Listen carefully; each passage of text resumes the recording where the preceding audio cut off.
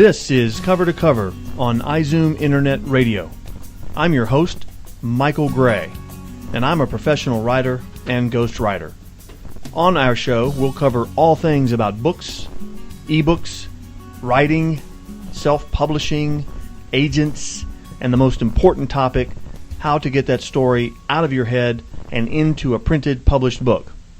Today, we're blessed to have with us Lance Green, author of the wild and true story, Look Mom, I'm a Teenage Drug Lord. Welcome to the show, Lance.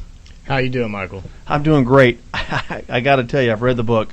The title pretty much says a whole lot. Look Mom, I'm a Teenage Drug Lord. Were you really a teenage drug lord?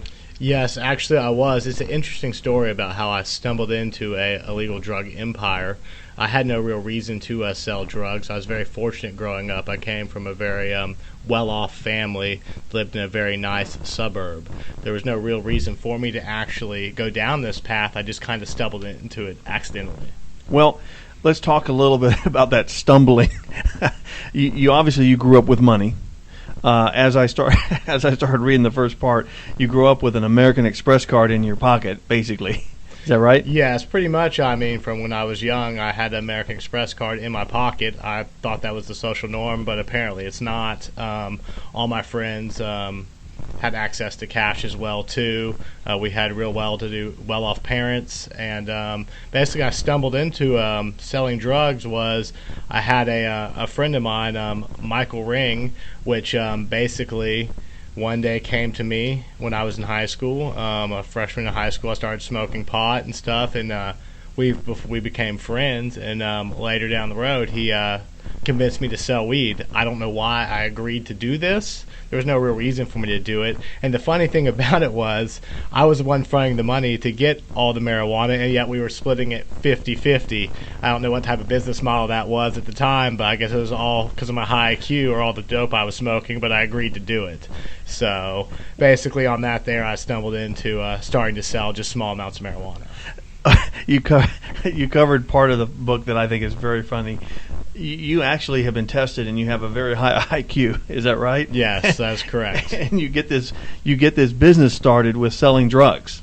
I mean, you kind of start thinking about that.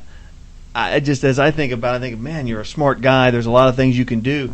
I'm guessing it was just something you were bored with, or you just had all this cash. Your parents were well off, and I guess you mentioned this Michael Ring guy. He was a good friend of yours? Yes, actually, he went to a different high school, and we actually met and became friends through a mutual friend of ours where we'd go over to their house after school and smoke marijuana. So we became friends that way, and the person's house we used to go over and smoke marijuana at, mother's motto was, I'd rather you do it under my roof than out on the street so I can keep an eye on you. So we had a free house to go ahead and just do as whatever we wanted at, party, drink beer, smoke pot, etc. and so forth. So me and Michael Ring.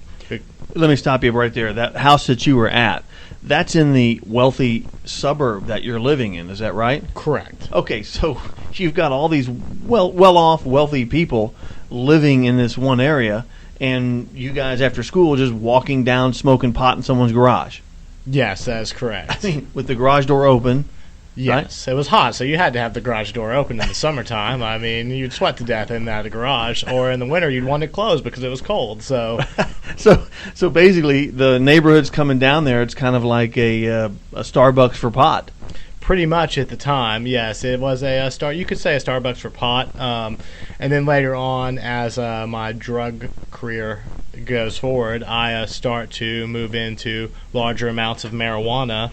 And then from there, we start to get more and more marijuana. And then from there, one day, as the story progresses, I find myself dealing massive amounts of ecstasy from shipments flying in from Amsterdam, and me actually having workers that worked for me. So to kind of go back to this Michael Ring character, in reading the book, it looks to me, and it's obvious the way you portrayed him, he was really the business kind of guy behind it. He was coming up with a lot of good business angles, a lot of good, basically marketing techniques for marketing your marijuana, right? Yes, he was really business savvy. He was what you could say was a hustler.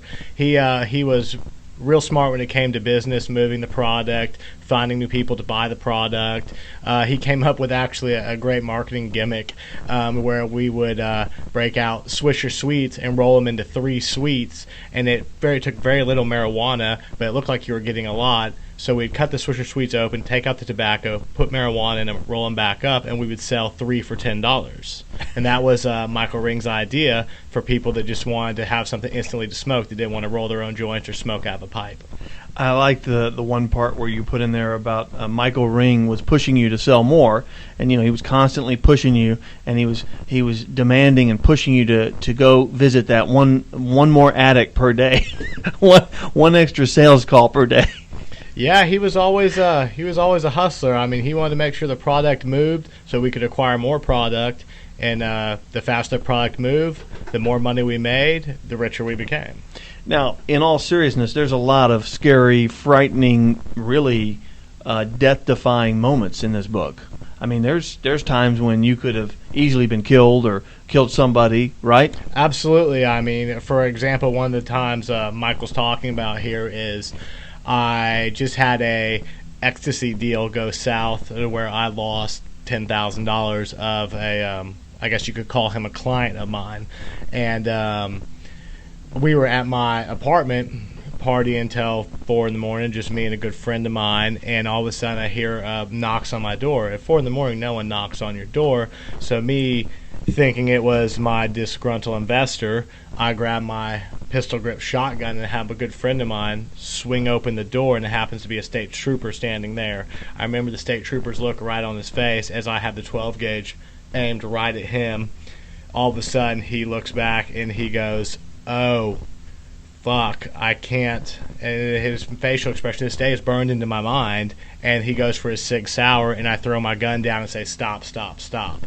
And that was a very important moment. You were about to get shot or shoot somebody. Correct. It was either I was going to shoot him or he was going to shoot me. Thank God, through all the Valium and beer and weed, I realized it was a state trooper. I wouldn't be sitting here today. I'd be probably in Texas on death row. Or about 5 slugs in front of you. Or whoever 5 slugs, whichever went first. Yeah, whoever outdrew. Yeah. But you already had a beat on him, so you were in first place. I was the winner of that competition at the time, but it was to this day I still reflect on that, and it just makes me sick to my stomach to believe that happened. Now, there was an Officer Kingwood that appears through the book. He is essentially a nemesis of yours. I mean, basically trying to catch you. Sometimes, and there's a point where he almost has you, and then, frankly, the tables get turned, and it's almost like he becomes someone you own at some point. Yes, he actually kind of becomes the person that can't touch me. And what happened was, we were having a party at my house, and he showed up without any other officers there, and he wanted to come get his sister. His sister happened to be inside. Was he in uniform? He was in uniform. Okay. And his cop car was sitting out front, and he knew about the wild, lavish parties we threw because that's what we did. We called it Rolling with the Thunder. We'd get 10 kegs. We'd go to 3,000 square foot houses, line them up with liquor, beer, women, and just go nuts. So he wanted to get his sister out of this party. So me being drunk and feeling and pretty underage. good, and underage, of course, and feeling good because I'm a teenage drug lord. So you have a real, you just it's an indescribable feeling. So I go to the door and answer and step outside, and he's out there, and he asked me if he can come get his sister.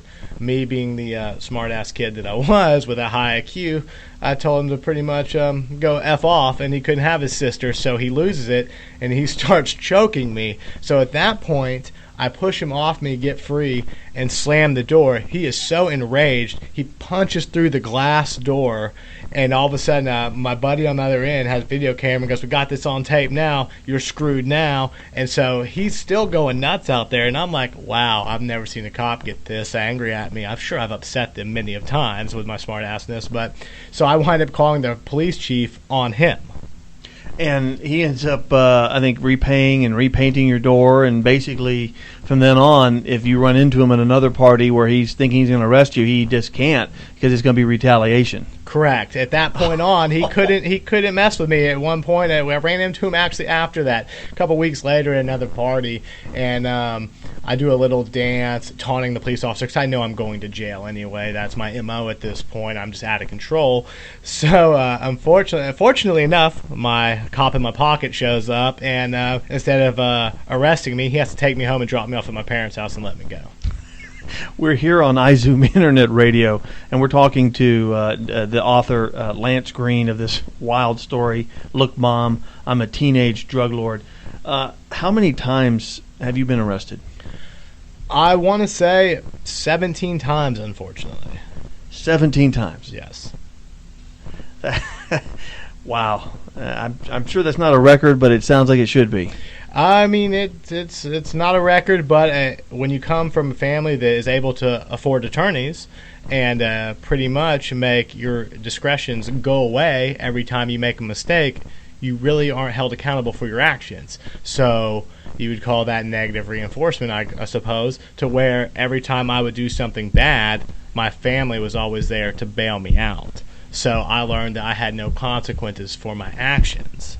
Yeah, you don't blame all this that happened to you on your parents, but it's clear that they did help you get out of jail all the time. They did pay for the lawyers. They did let you. I guess you were dealing one time out of your house a couple of times. I think they put you up in apartments, paid for those. So I mean, wow. I mean, those are some cool parents if you want to be a drug lord. Yes, they were very liberal parents. They couldn't stop me at that point. I was acquiring so much money that even if they were to kick me out of the house, I would just go lease my own place. I mean, I could afford pretty much whatever I wanted at that time. So imagine if you were 18 years old and you were making $8,000 in one night from a rave, and then you continue to make money like that on a regular basis to where pretty much I worked at a restaurant, and I had my boss in my pocket at one point because it was no longer profitable for me to go into work, so he would just punch my time card for me. $8,000 a night in rave. Correct. Wow, I'm just imagining making $8,000 a year in radio. I got to tell you, I mean, as I read through this, I mean, it's scary, then it's frightening, then it's funny, then it gets back to scary again. I'm not really sure how it's going to end up. In fact, by the time, if your name wasn't on the front, I wasn't sure you were going to be alive by the time it was over. I mean, that's scary. Yeah, I mean, it goes down. It's a wild ride. It goes from partying, having wild parties, to me later on running drugs from Mexico in large quantities, from shipments of ecstasy to flying in from Amsterdam, to violent rivalries from rival schools, as well as violent bar fights. I mean, my character changes throughout the book, and my attitude changes as well.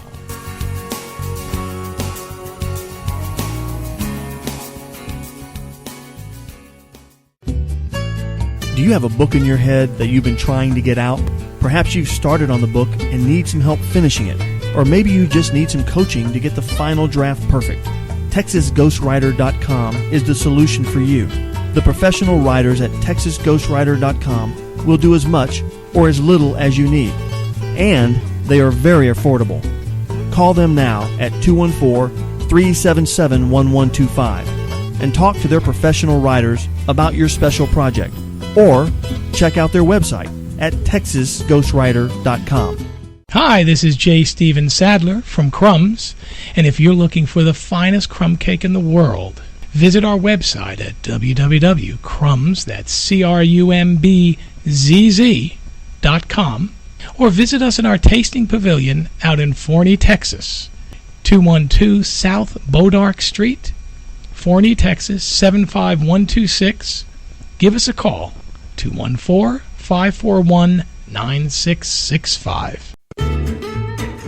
So you're working in the garage and you smash your thumb with a hammer. Ouch! Your wife gasps. Your son laughs. And it's into the family mobile, wife wondering why you kept a rusty hammer, and son laughing that his dad can't remember the last time he got a tetanus shot. You get to the hospital. And they want to know A, why did you keep a rusty hammer? B, when did you get your last tetanus shot? And C, exactly what medications are you taking? Meanwhile, your thumb grows more swollen every second. But, aha, salvation. In your wallet is a little list with your medications on it. Prescription, over-the-counter, herbal. Wife went to safemedication.com, downloaded the free template, and look at that. Your pink pill has a real name. To create your own medication list and get answers to all your medication questions, visit safemedication.com or talk with your hospital pharmacist. Brought to you by the American Society of Health System Pharmacists.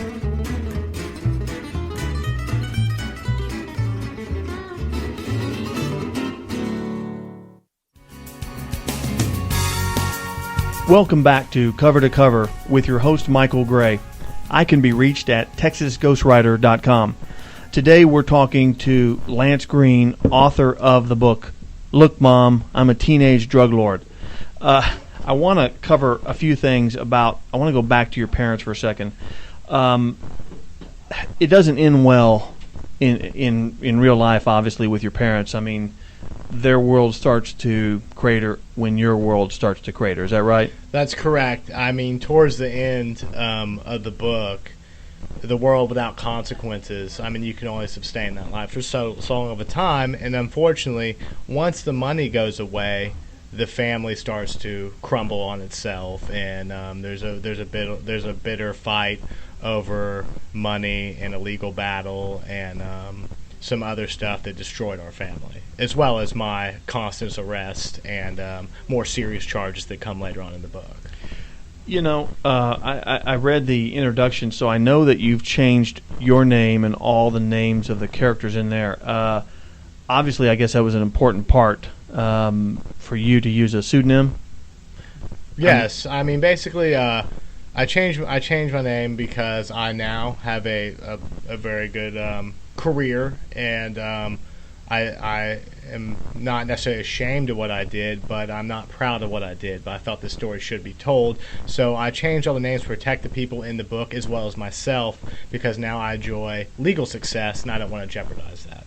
Right. Now that you're successful in business and you work for some top firms or a top firm, you want to make sure that you protect them as well as yourself. That's correct. And now that I work for a top law firm, I don't want them to realize who they've hired, even though I've changed my ways and I've matured, and I don't want to be judged for my past mistakes, but I also want to protect the companies I work for as well. I can appreciate that. Here's a question I've got. I mean, it's a wild, very entertaining tale, so that's a given. But my question I have for you is this: why write this story? I mean, it's just dangerous. Well, basically, I mean, I feel it's a story that should be told. It's an informative story. I mean, it's not the ghetto kid down the street selling your rich son drugs. It's your rich son's best friend. So another reason why I decided to write this book was I went before the judge to have my record sealed like I was promised after doing everything the courts asked me to do. And unfortunately, the judge looked at me and smiled and said, denied, letter of non-disclosure. So at that point, I figured, well, if I'm going to be penalized for something I did a long time ago for the rest of my life, I might as well write a book about it and let the world know what actually happens in a wealthy suburban area. Well, yeah, let's touch on that for a second. What messages do you want to get through this book? I mean, because it's obviously, I mean, I'm laughing initially because some of these stories are just so outrageous.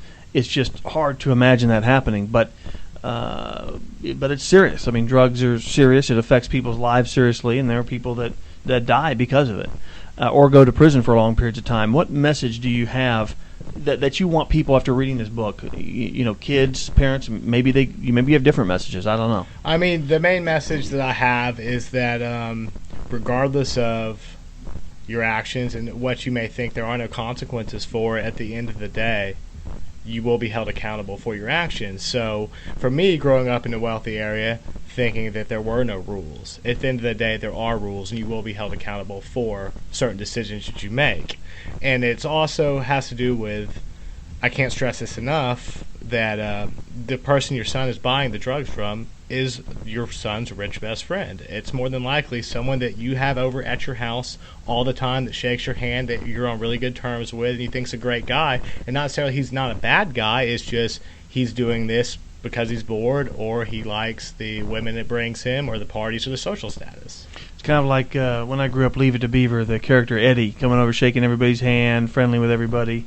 So it's that kind of guy that is going out and running a drug empire. Pretty much. I mean, he lives two lives. One is the face he puts on for the parents, to where he's a great kid. I was well liked by all my parents' friends. But then there's the other face he puts on, is the one where he's getting your son's money, he's selling them drugs. And this isn't just about marijuana, it's about all sorts of drugs: ecstasy, cocaine, acid, rohypnol, Valium, drug shipments from Mexico. So, I mean, it's an informative book, and it's an eye-opening book to really what goes on in white suburban areas. Yeah, eye-opening is really the key for me. It was tremendously eye-opening. I think, parents that have kids, it would be a great book to open their eyes of what life's like in the suburbia.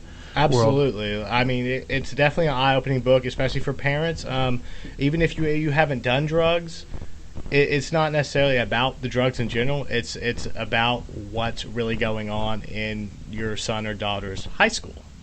Now, you mentioned guys. We've talked a lot about guys, but there were some girls involved in this. You had girls selling and buying and using, so it's not like this is just a guy thing. Is that right? Absolutely. It goes both ways, women and men. I mean, women do just as many drugs as guys do, and it could be your cheerleader, the most popular girl in school. She also may be eating ecstasy on the weekends. And the football players. You had all the athletes. Players as well, absolutely. My brother in the book was a football player on the football team, and we both were in the same grade. I was the drug dealer. All our friends, we all hung out together, extremely close. So it's the popular kids. It's not popular kids. I mean, pretty much kids will do drugs if they have access to tons of money and no real supervision. And a lot of these kids doing drugs, they had great grades in school, so it wasn't like, hey, my kid's failing out, he must be on drugs. These are kids that are holding it together somehow. Oh, absolutely. Their grades were outstanding, and most of these characters in these books have gone off to be extremely successful lawyers, doctors,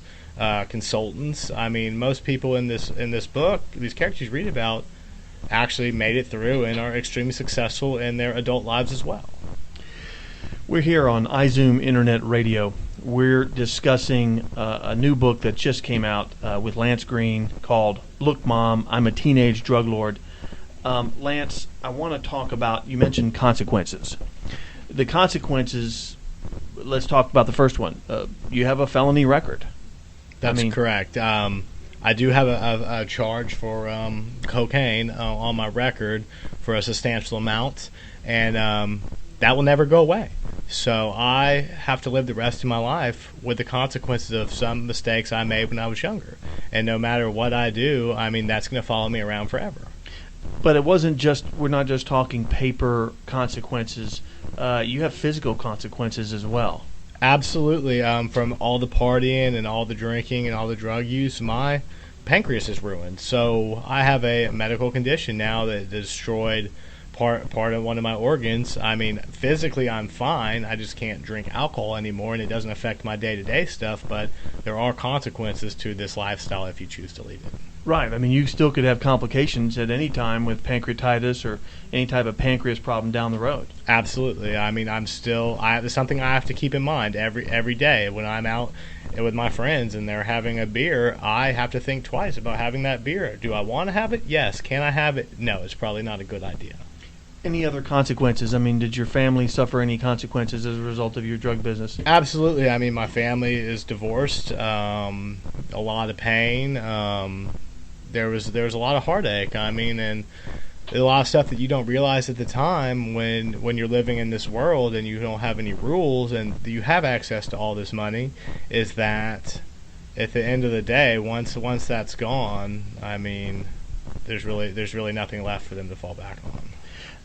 You know, using your pen name as Lance Green, how are you going to, PR is going to be a challenge. How are you going to get out there and get the word out to this really incredibly entertaining book that has a lot of good messages? How are you going to get the word out on this? I'm going to do radio shows. It's going to be on Amazon.com. I'm going to have a website as well under Lance Green. We're going to try different radio shows, but right now, I mean, it's available on Amazon.com under the ebook or on print on demand. There's a lot of talk about the legality of marijuana that's going around the country, and several states are legalizing it. The federal government's still kind of on the fence. They still say they're going to, they reserve the right to enforce it. After going through all this, what are your feelings? You were in the illegal drug trade. I mean, do you have a dog in this fight? I mean, I honestly think marijuana should be legalized. I have a family member that I'm not going to say who actually has cancer, and marijuana helps him out greatly through the chemo to keep his food down and makes him less nauseated. So for medical purposes, I think that marijuana is okay. And as for a legal standpoint, I feel that it's way less dangerous than alcohol. I mean, you've never heard of anyone smoking too many joints and then getting behind the wheel and smashing into a school bus. Instead, they'll drive slow to Jack in the Box and get 50 tacos. So and stimulate the economy. And stimulate the economy. So so there's a plus there, I guess, is what you're saying. I would say it's less dangerous than alcohol. Oh, well, okay. Well, you've done you've done a few acres. I mean, I've smoked enough to make the judgment call, and marijuana, it has its pros and its cons. I mean, you whenever you decide to ingest any substance, you have to be aware of the consequences or what could occur. Do you have any projects coming up that we want to let? Obviously, you're going to be pushing hard this book, Look, Mom, I'm a Teenage Drug Lord. And I got to tell you, I kind of laugh every time I see that title. Look, Mom, I'm a Teenage Drug Lord. I mean, it's funny. Do you have any projects coming up after that? Have you got anything in the works? Thinking about some things? I have a book in the works that I'm thinking about doing. I'm not going to go into that yet because I haven't ironed out all the details. But right now, my main focus is to push this book, get the word out, and hopefully the readers enjoy it. What about Michael Ring? Where is he? Did he go to jail? Did he get a record? No, Michael Ring is actually extremely successful. Career in a certain industry I'm not going to name, but you would be shocked at what he does, and he is responsible for a lot of people's safety and makes a lot of money. What about this kid that you were going over smoking in his garage in your neighborhood? Obviously you're not going to tell us his real name, but what is he? Is he okay, or did he do drugs, or what? He's absolutely fine. He actually works for the government, and I'll leave it at that, and he does extremely well. Wow. I'm gathering most of these teenagers that you guys were having these wild parties and just blowing money like it was nothing. Are they relatively in good shape? I mean, they're not in prison. They're not doing 40, 50 years? No, only a couple people went to prison. But that's only a couple. Only a couple, but most of my close-knit circle, everyone's fine and everyone's extremely successful in their adult life. Wow. Okay. Is there anything else you want to, any other messages you want to get to the public about reading this book?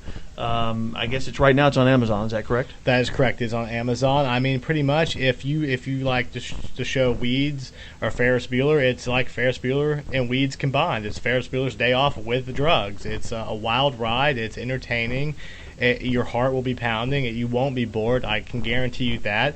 And you're going to read the book and go, this guy made all this up. No way this could have happened. It's a wild ride, and hopefully the readers like it. Have you talked to Officer Kingwood at all since you've written this? No, I have not actually seen that guy in quite some time, and I've always wondered when I go back to my hometown if I'm going to run into him. But at this day and age, I've been home several times and I haven't seen him. Now, if you run into him, is he going to arrest you, or is he going to let you drive you back to your house again? Hopefully, he'll drive me home. But I mean, at this point in my age and his age, bygones be bygones, we can have a good chuckle about the past. Maybe he's got a little pot belly now or something. Probably. Who knows? Less hair. He's more experienced. He's probably aged. I mean, who knows? But who knows what the future holds? Wow. Okay.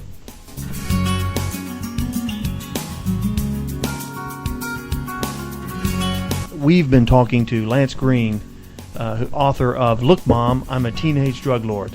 I'm Michael Gray, and I can be reached at TexasGhostWriter.com. We hope you've enjoyed our show today. Please tune in to our next show on Cover to Cover. Thanks, and have a wonderful day.